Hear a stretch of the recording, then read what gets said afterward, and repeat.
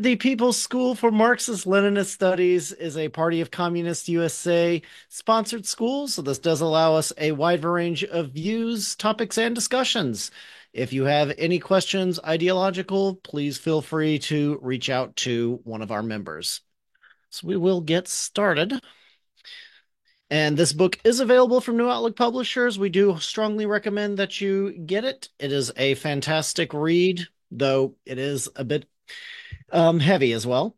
So tonight we'll start with a section on the biography of Wilfrid Burchett. Then we will go to a section on the founding of the DPRK, and then we will have a more general discussion of the Korean War, including call for the signing of a peace treaty and the division of Korea. And so we will start with our first section, a short biography on Wilfrid Burchett. Wilfrid Burchett was born 1911, passed away in 1983. He was an Australian journalist who bravely reported in pursuit of world peace. Burchett came from an agricultural family which saw great hardship during the Great Depression. He was forced out of formal education at the age of 15 due to his family's debt. Burchett became proficient in French and Russian, and that opened opportunities in travel companies for work. He worked for the Palestine and Orient Lloyd Ltd., which is a travel company, where he worked to gain refuge for Jewish people from Germany. His career in journalism began when he wrote articles to Melbourne newspapers to alert Australians to the horrors of Hitlerite Germany. In 1941, Burchett published his first book entitled Pacific Treasure Island, which served as a warning of Japanese expansionism in the Pacific. Burchett's early journalism included coverage of Japanese treatment of Chinese people and the atomic bombs dropped on Hiroshima and Nagasaki. Burchett reported on topics from the trials of Cardinal Joseph Mincenzi in Hungary and his collaboration with fascism to the U.S.'s germ warfare against the Democratic People's Republic of Korea during the Korean War. He covered the Vietnamese national liberation struggle and the invasion of Vietnam by the United States military. Though Burchett denied ever being a member of the Australian Communist Party, his honest and heroic journalism makes him highly esteemed by the international communist movement as a fellow traveler. And on the right, you have Wilfrid Burchett interviewing Ho Chi Minh there. And here's a brief list of his works. You'll be able to view the slideshow on the PSMLS website later if you want to comb through these. Thank you. And with that, we'll stop for a first discussion round. We read him during the struggle against the Vietnam War. He was very popular. He wrote a book called Inside North Korea. I remember that was it Inside North Korea? No, Inside North Vietnam. I don't remember. I think it was Inside North Vietnam. He was very big on, and everybody read about him, Burchett. Yeah, he's from Australia. I remember the name very, very easily. I would definitely say he was very close to the communist movement. Exactly. His line was identical with our view of Germany, the rearmament of Germany, fascism in Germany was still alive, saving the people, the Jewish people, from the Holocaust, involved with that, involved with Brzezinski, working with the fascists in Hungary. His line was actually identical. Thank you. Looking over the bibliography list, Vietnam North, a first-hand report. That's it. Yeah. You're referring to Inside North Korea, I believe, was Anna Louise Strong. Correct. It was only for a brief time, but after the Sino-Soviet split, he was on the Maoist side in the beginning. But after seeing the Maoist China's role in Cambodian Vietnam and seeing what happened in Chile, he realized that the Soviet Union was on the correct side and shifted his focus. Though it's an interesting, there's a lot more to his history, but in a short period. All right then. General Secretary Joe Washington, Amir, you have the floor. Yeah, and it said he was never in the Australian Communist Party, or at least never openly in the party. As I know, back then, at least in the United States, it was common to have people on the inside and people on the outside. So you'd have people who were with the party, but they would never disclose that openly because they want to. One thing that was important to note is so in the 1950s, while the US was having its McCarthyist period, Australia was having a similar crackdown on communism, and the government was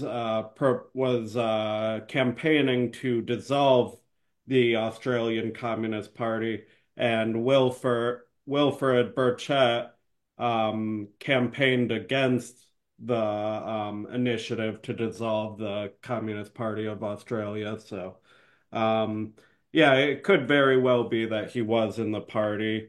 Whatever the case is, objectively, he was doing the work of the communists. You said that he dropped out of formal education at the age of 15. Did he teach himself French and Russian? I'm not 100% on his biography, but I would imagine that he probably did self-teach himself, especially during this time that surrounding Australia was the New Caledonia area, which was a French colony. And I think it was also a pretty international language at the time as well. I'm also really impressed though that he learned Russian at the same time because that's completely two separate language families and oh. Difficult. I just wanted to say that some people are a lot better at learning languages than other people. And he was probably one of those people that was really good at learning new languages and stuff like that. I've got a buddy that like picked up Japanese in like 2 years, and that's like inconceivable to me because I Japanese is a really hard language to learn. Yes, I've spent 5 years studying that, and I'm only intermediate level. And like Einstein can turn around write the theory of relativity, but had a lot of difficulty balancing a checkbook. True fact. All right, so our second section is going to be on the founding of the Democratic People's Republic of Korea. Background to liberation. On August 15th, 1945, Japan officially surrendered, leading to Korea's liberation from Japanese forces. The US and the Soviet Union agreed to have the US accept the surrender south of the 38th parallel, while the Soviet Union would accept the surrender north of the 38th parallel. Burchett detailed the experience of the villagers of Tonglim. The village's youth association took lead in assigning urgent tasks and organizing mass meetings. In 3 days of nonstop work, they had a self-administration committee, established contact with other villages, and had schools, banks, post offices, buses, and trains running. And this is an excerpt from This Monstrous War by Burchett. All the excerpts following in the slide will be from that book.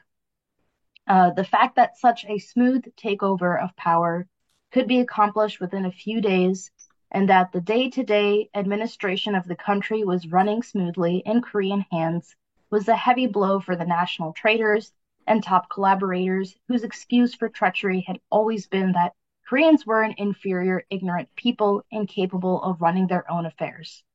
Village and district committees were quickly set up by mutual agreement between the various political and social organizations, which quickly sprang into being. The peasants' associations, the youth and women's leagues, the Communist Party, and others, the self-administration committees had the complete support of the people, or they were quickly changed until they did.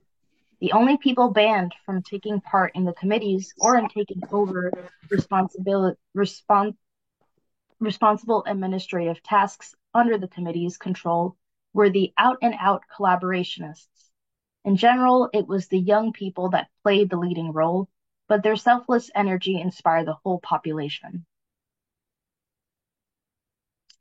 In a section on political groups emerging in Korea, Within days of liberation, two main political groupings appeared north of the 38th parallel. A group centered around the Communist Party, supported by workers, peasants, the entire youth, and most intellectuals, and another group centered around nationalist conservative groups under the leadership of Christian nationalist Cho Man-sik. These groups later fused into the Democratic Party of North Korea, with Man-sik as the leader, and it was supported by landlords, manufacturers, merchants, and a small group of intellectuals. Within 10 days of the arrival of the first Soviet troops, leaders of the various political groups in South Pyongyang province met together in Pyongyang and by consultation among themselves set up a coalition, Temporary People's Political Committee of 30 members, 16 of whom were from groups supporting the communists and 14 from those supporting the nationalists. At the end of September, 100,000 of Pyongyang citizens turned out to welcome Kim Il-sung returning from his 15-year-long heroic struggle as leader of the armed resistance to the Japanese. His name had long since become legendary throughout Korea, and all political groups turned out to pay him homage. Cho Man-sik made a powerful speech in which he hailed Kim Il-sung as the great national hero of Korean armed resistance. Towards the end of October, the People's Committees from all provinces met together in Pyongyang to establish a central organ to coordinate their activities. They set up a temporary People's Political Committee of North Korea and elected Kim Il-sung chairman of what was the chief administrative organ of North Korea. And a little bit on the government and laws of DPRK. By 1946, there was great progress in the North, and a labor law established an 8-hour workday, paid annual holidays for 2 to 4 weeks, rest days on Sundays, equal pay for equal work regardless of age or sex, social insurance taken from 1% of worker wages, 15 to 18% of government funds, and 10 to 12% from private firms. Social insurance included sickness and retirement pensions, holiday funds, and other social benefits. The labor law and another law protecting women's rights represented a revolution within themselves, eliminating the remnants of feudalism in industrial and social relationships. They placed North Korea amongst those countries with the most progressive social laws and cleared the way for a modern planned economy. And advances in women's rights. Women's rights made great strides during this period, including paid vacation for expectant mothers before and after childbirth, 5 weeks before, 7 weeks after, light work for pregnant women after their 6th month of pregnancy. For 1 year after childbirth, mothers must be granted 2 half-hour rest periods before and after lunch. A law protecting women's rights was passed, giving absolute equality in all economic, social, and political fields to women. All occupations and professions were open to women. They had the same rights to education and higher training. In the same month, a law protecting women's rights was passed, giving absolute equality in all economic, social, and political fields to women. All occupations and professions were open to women. They were given the same rights to education and higher training. Forced marriages, which were a normal thing in most Asian countries, were abolished. Women were given freedom of choice in marriage, the right to initiate divorce, and to demand maintenance for children. Polygamy, concubinage, and the sale of girls and women, prostitution, and the geisha system were all abolished. Women received the same inheritance and property rights as men, and in case of divorce would receive back the share of land brought into marriage.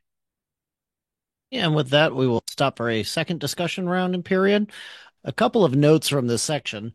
One, the Japanese utterly despised Kim Il-sung. He was considered a ghost by them. They spent nearly a decade trying to catch him. They never succeeded in that regard.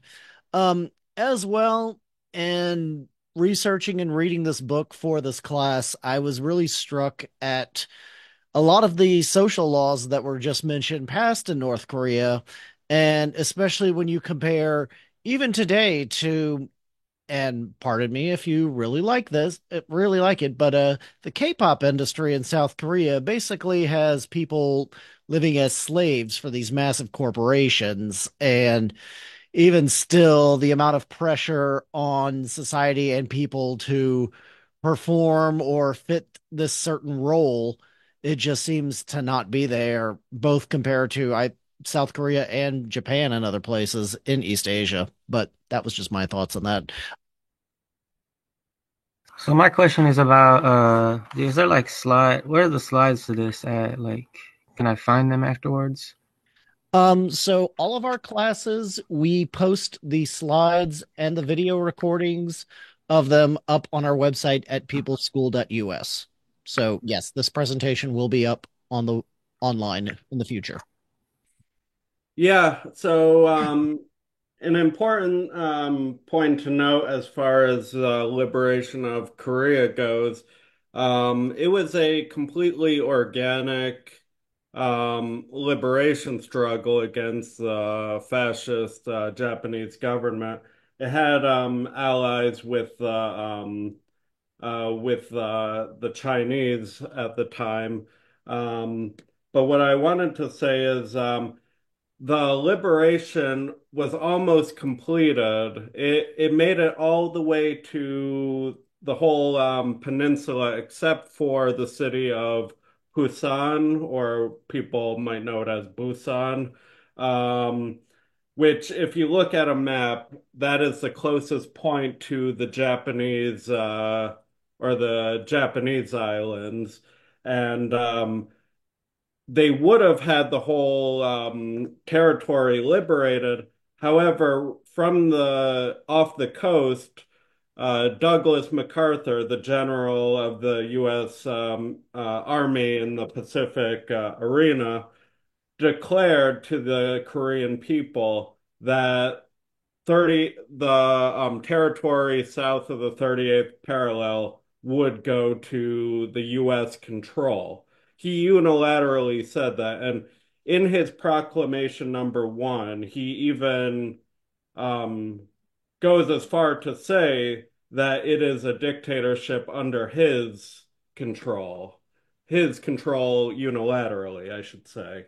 So it's really important to note that this is why we never had a unified Korea. Also of note, Douglas MacArthur wanted to deploy nuclear bombs to the Korean Peninsula and nuke everyone. But he was actually overruled by Truman on that, thankfully. So it was instead more just general warfare or that. Yeah, I just wanted to add that um, it was mentioned that the USSR was liberated the North and the US liberated the South. The US Army treated the people completely differently than the Soviet Army treated the Korean people in the North. And I highly encourage you all to read the book. If not, buy it from New Outlook, at least read a PDF. It's really amazing in how much detail Burchett uh, writes about how the Koreans were treated by the Soviet soldiers. Like it, it made me feel very hopeful how well they treated them. Um, but basically, it was like night and day. Like in the North, there were people's committees, there were so many democratic organizations, and the people had full control of their government. Whereas in the South, the U.S. essentially occupied the South, and they kept in power a lot of the Japanese and Korean collaborators, and just completely suppressed any sort of democratic organizations that came up. So Another example of that is when the Red Army took out the Kwantung Army in northern China. The Red Army had made it all the way to what was then called Port Arthur or Dalian, whichever you want to call it. The Red Army basically turned over the entire territory to the People's Republic of China Army, to Mao's army. Didn't ask for anything, didn't ask for indemnities, nothing. Whereas with the Americans, when they turned over territory, when they turned over Okinawa back to the Japanese, supposedly, they said, hey, let us keep a permanent military base on here. And even now, these days, they want to keep expanding that to massive protests and opposition to the locals, though you could almost say the people in Tokyo kind of don't really care or try too much or don't really pay attention too much about the issue, even though in Okinawa itself, any expansions of the military base, especially over what is considered protective reef area, is insanely unpopular with the locals. Okay.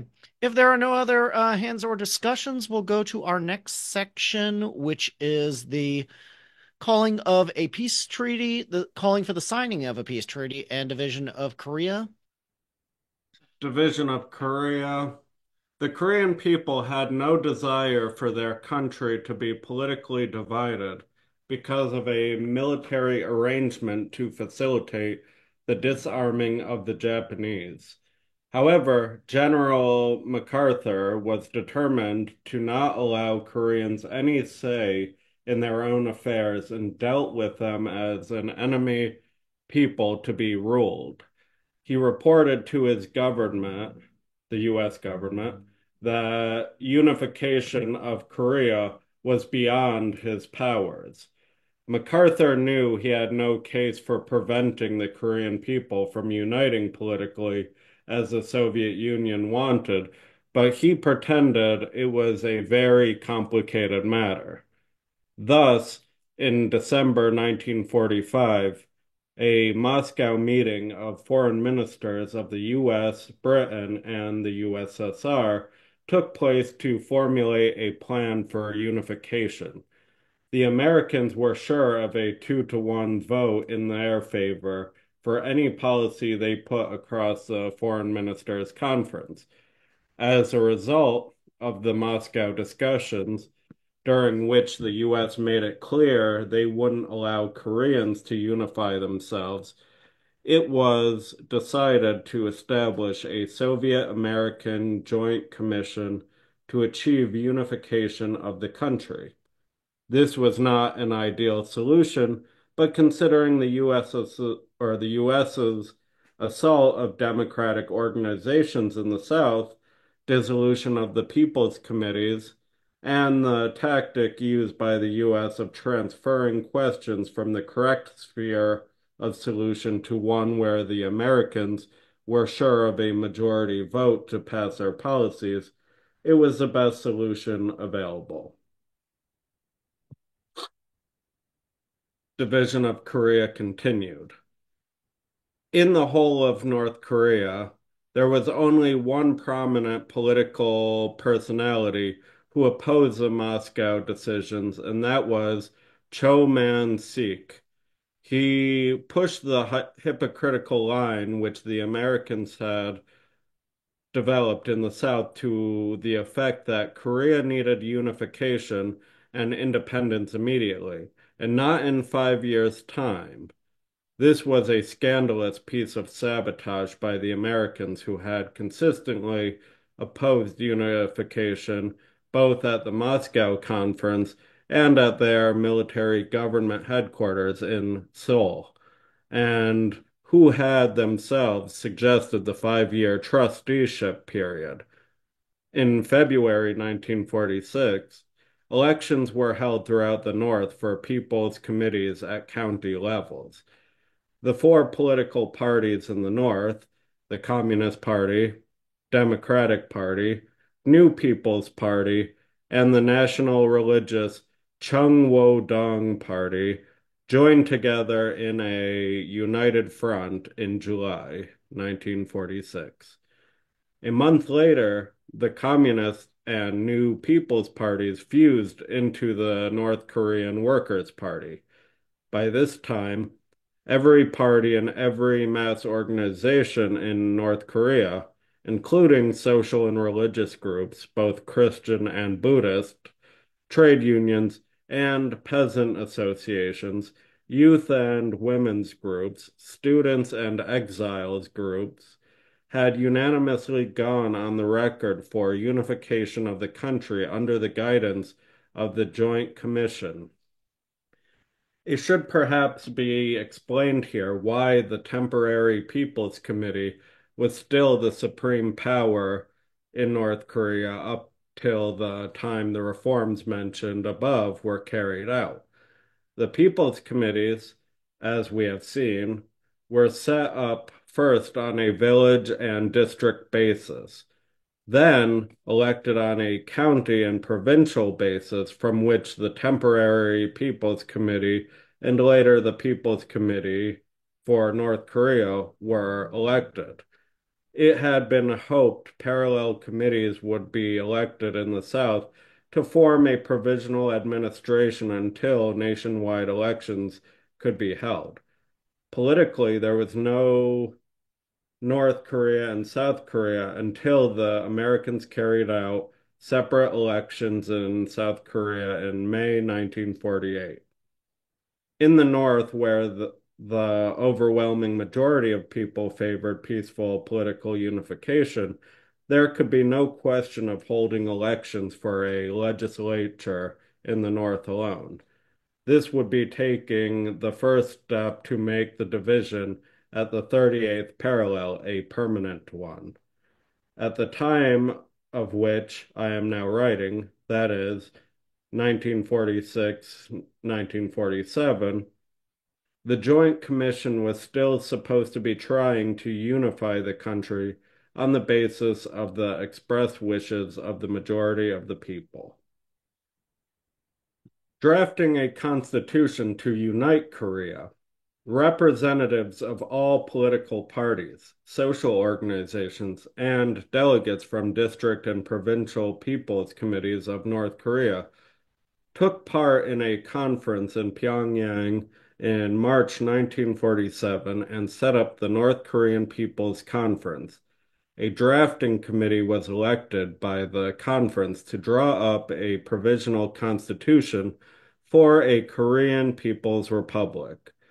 The constitution, which was drafted, called for the setting up of the Korean Democratic People's Republic with Seoul as capital. The draft constitution embodied the dreams and hopes of generations of Koreans. It corresponded to the aspirations of the broadest mass of people. It was circulated to every political party and social organization, both north and south of the parallel.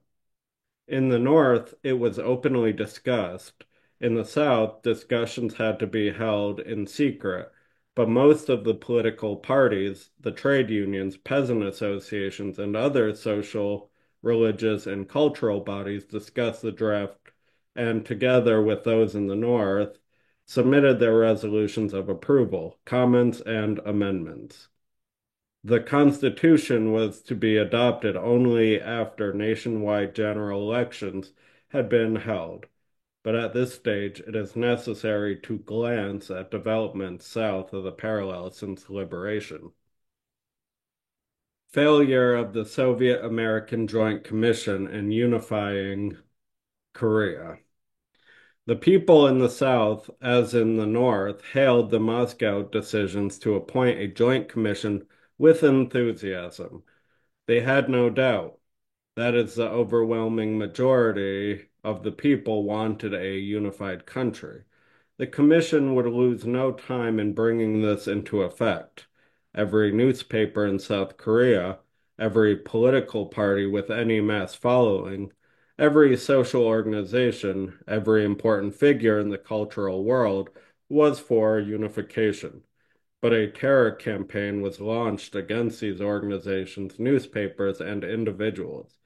Political figures were assassinated, including, in the early days of the Commission's activities, Leun Won-hung, a leader of the middle-of-the-road Working People's Party. Gangs of thugs burst into newspaper offices and beat up editors, smashed up printing presses, confiscated editions carrying articles in support of unification, and always they acted under the protection of the police. The Moscow decisions were not carried out. The Joint Commission failed in its task because of American sabotage, and America was able to take the question of Korea to the United Nations, where Truman was sure of an automatic majority vote of approval for whatever policies America wanted to carry out in Korea. Without even the formal consent of the Korean people, without even a sample test of Korean public opinion, the American delegates at the UN sponsored the appointment of a UN commission to come to Korea to quote unquote to unify the country through UN controlled elections. The implication that Koreans could not arrange their own affairs was rejected by every political and social organization in Korea except the same two parties that opposed the Moscow decision. It is common myth in the West that in 1950 the North invaded South Korea. As Burchett outlines, the reality is that the Syngman Rhee, a puppet leader placed by the U.S. in the South, carefully planned an attack on the North. It can clearly be seen from this that the savage repressions, which were intensified in South Korea in the summer of 1949, were directly linked with the preparations for the invasion of the North the following year. It can also be clearly seen that although American troops had withdrawn by this time, American war makers were still in complete control. Kim Hyo-suk does not relate that at any time he was called in for a consultation on an equal basis with Roberts or Mukio. Sorry, I don't know if I'm pronouncing that right. He was called in with notebook in hand to take down orders, which he willingly executed. Details of the attack on July 25th, as many other incidents provoked by Rhee's troops, were publicized by the Democratic People's Republic in repeated statements in 1949 and in the first half of 1950. Copies of these statements were forwarded to the UN, but no action was ever taken. Rhee concludes, "Please put this whole story in a very convincing statement and quietly approach some influential people here and there and let us get their support. If you could get this story into President Truman's ear, I think it will have some desired effect." This letter exposes the double-faced game that would-be dictator of Greater Korea was playing. The request for arms must not appear to be motivated by a desire to invade the North. They were to be used for defense only, but for defense of Greater Korea after the North has quietly been attached to the South, presumably by some loyal communist army. In the North, seizing power and inviting Rhee and his band to walk in peacefully and take over. There must be no suspicions aroused among the general public in the USA or even among the innocents at the Pentagon and State Department that arms for Rhee would mean civil war or forcible annexation of the North. Rhee does not even try and pretend that he needed arms to defend the South from attack by the North. Arms would only be for protection of the new frontiers along the Yalu and Tumen rivers.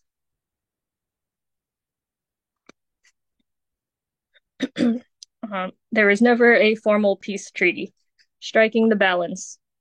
Whatever the final outcome of the Korean War, the U.S. government has suffered a staggering military, political, and moral defeat. Militarily, they failed to defeat the smallest unit, with the exception of tiny Albania, of the 800 million strong peace bloc of nations. Politically, they have lost whatever influence and prestige they had in Asia and have taught the entire world the U.S. definition of liberation. Morally, they have incurred the odium of every decent human being for the brutalities, the atrocities committed by American forces on the battlefield and in the rear against helpless prisoners of war and in employment of saturation bombing, chemical and germ warfare.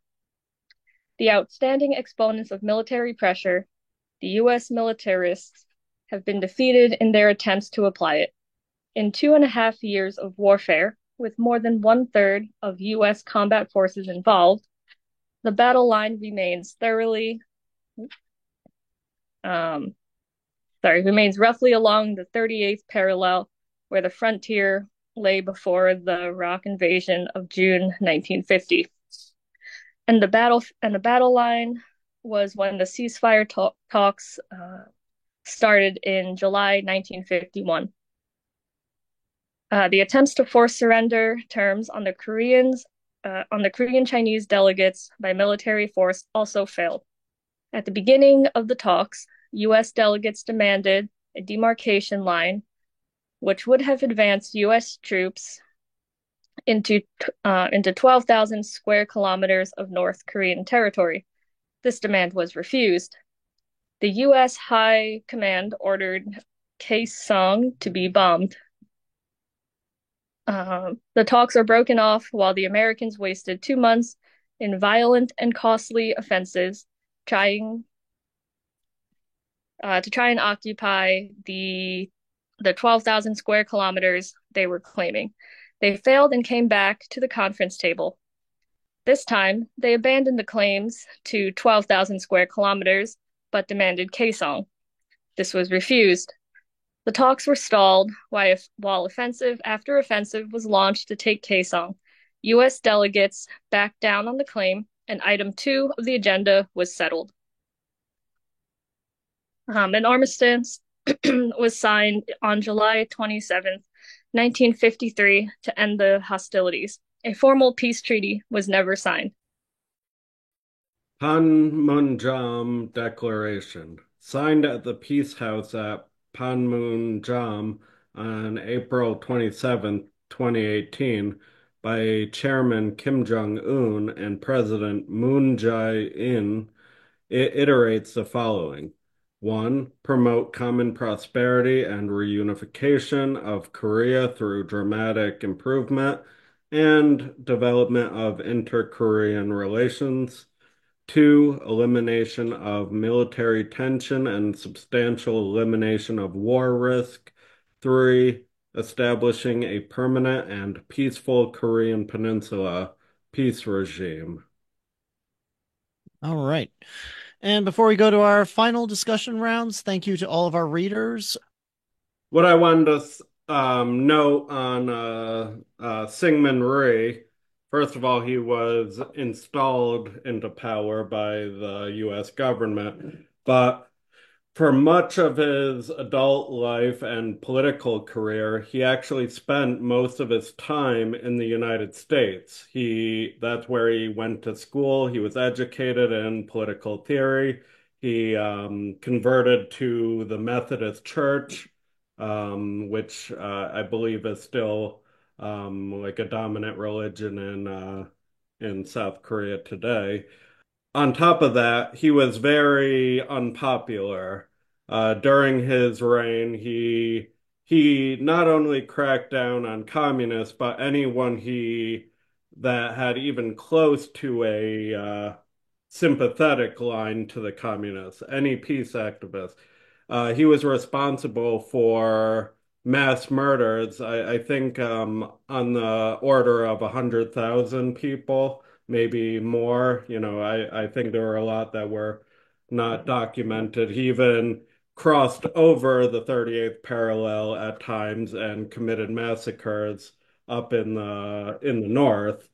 There was a period where he was overthrown by South Korean protesters, but a year later he was reinstalled by the U.S. government until 1960. He was a very unpopular leader. They called him president, but he was in fact a dictator.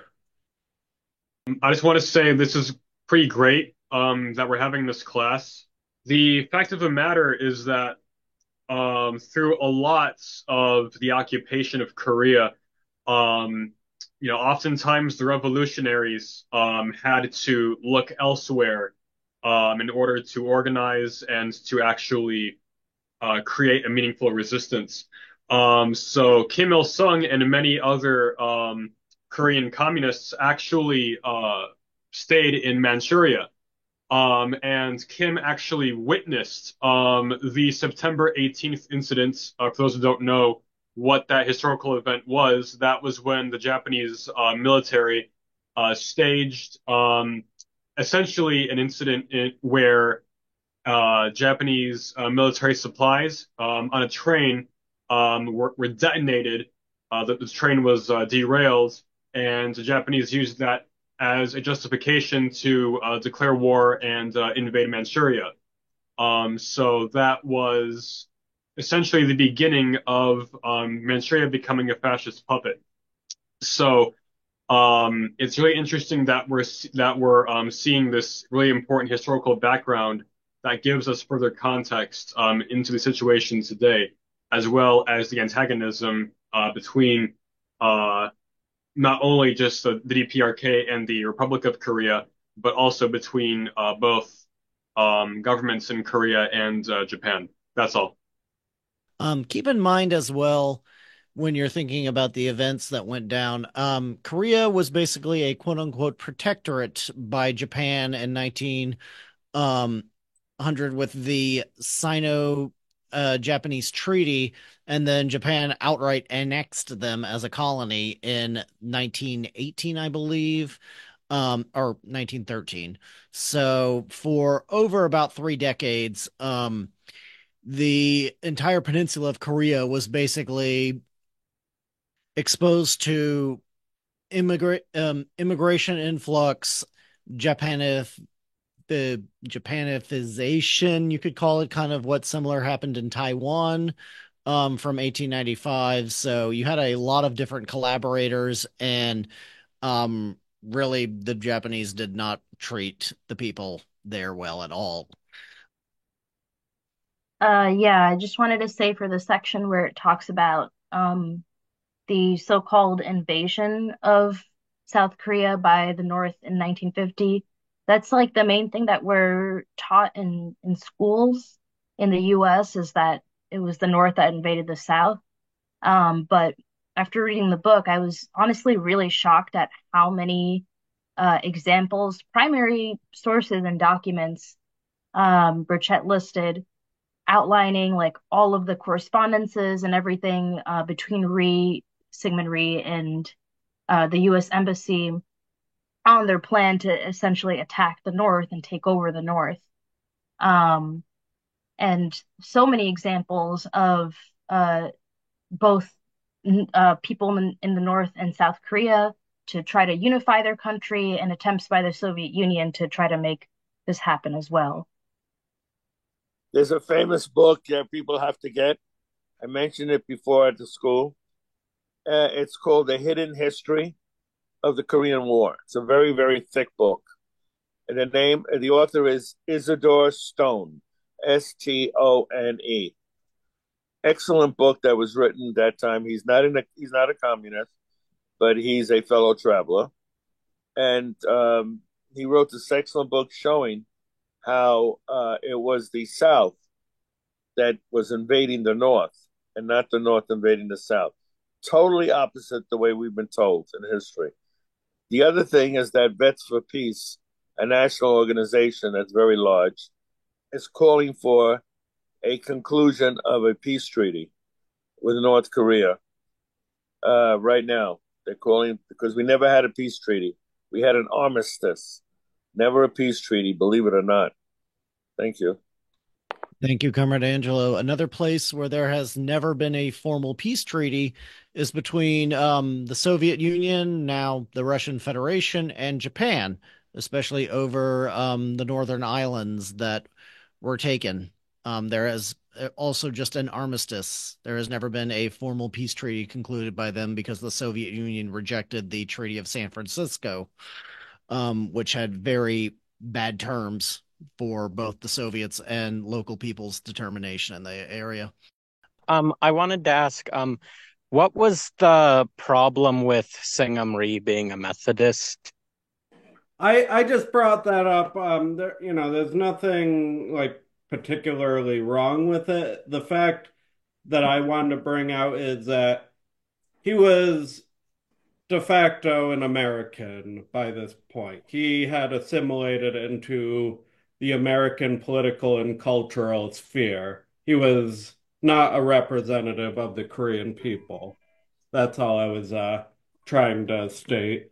I also wanted to mention Sigmund Rhee held similar ideas, similar racial views that to the Japanese imperialists and Hitlerite Germany. He actually believed that the Korean people were second class to the Japanese. He believed that the Koreans should be speaking Japanese and that the Japanese were racially superior to the Koreans. So it's important to note this context. And I believe also for a good amount of time, the dominant Christian denomination in the area had been the Catholic Church. Nowadays, I believe actually, believe it or not, the Mormon faith has been really picking up around that area. When I was a teacher in 2008 and then came back as a student in 2016 around the area, there was a lot of Mormon missionaries going on, as a side note. Another thing just to keep in mind, so the Korean War is also called the Forgotten War a lot. And you may ask, well, why is it called that? Because one, it's not really too talked about too much. Because for one, this war was a war where the US military dropped more munitions per poundage and volume on the entire Korean Peninsula that had been dropped in the entirety of World War II, for one. Um, while a lot of the Nazi leaders had either the Nuremberg trials or were hanged by the Soviets, the Americans happened to swoop in and take the Japanese, you could call it almost the Japanese equivalent to that, Unit 731, which had done horrendous medical experiments on prisoners of wars, local Chinese and Koreans, and basically used a ton of the knowledge that they had found on biological and germ warfare and put that to use in the Korean War, especially with basically infecting small insects and other things with malaria, pox, and others, and then dropping that from the planes over areas and then seeing what the effect was of that. And also, this is where a lot of chemical weapons were first tested by the US military on a population. It was extremely brutal. North Korea, literally 1 in 3 people were killed by this war. It was a staggering loss of people and lives. But it's not very talked about these days in the West. Just real quick, I would suggest the Blowback podcast. I think it's their second season, covers the Korean War. A lot of these same critiques are made in that series. Thank you for that. Yes, that is an excellent podcast, and I believe their season 1 was on Iraq. Seeing nothing, then we will go to our wrap-up discussion. So, New Outlook Publishers is our sister publishing house, and for an update on that, I will turn the floor over to Comrade. Go ahead, sir. And once again, please visit our partner publishing house, New Outlook Publishers. You can find it at newoutlookpublishers.store. And of course, the topic of tonight's class, This Monstrous War by Wilfred Burchett. You can check that out, as well as our latest release out today, The October Revolution by J.V. Stalin. Please check this book out, and there will be an upcoming class in the fall syllabus. So take a look at that as it comes out and purchase it ahead of time, so you will be following the class with us with your book, with your own personal book collection. And of course, last week we just released Communism versus Fascism by William Z. Foster, which will also be a book that is featured in a PSMLS class in the future. And we will play our outro. We want the condescending saviors to rule us from the judgment hall. We workers ask not for their fame.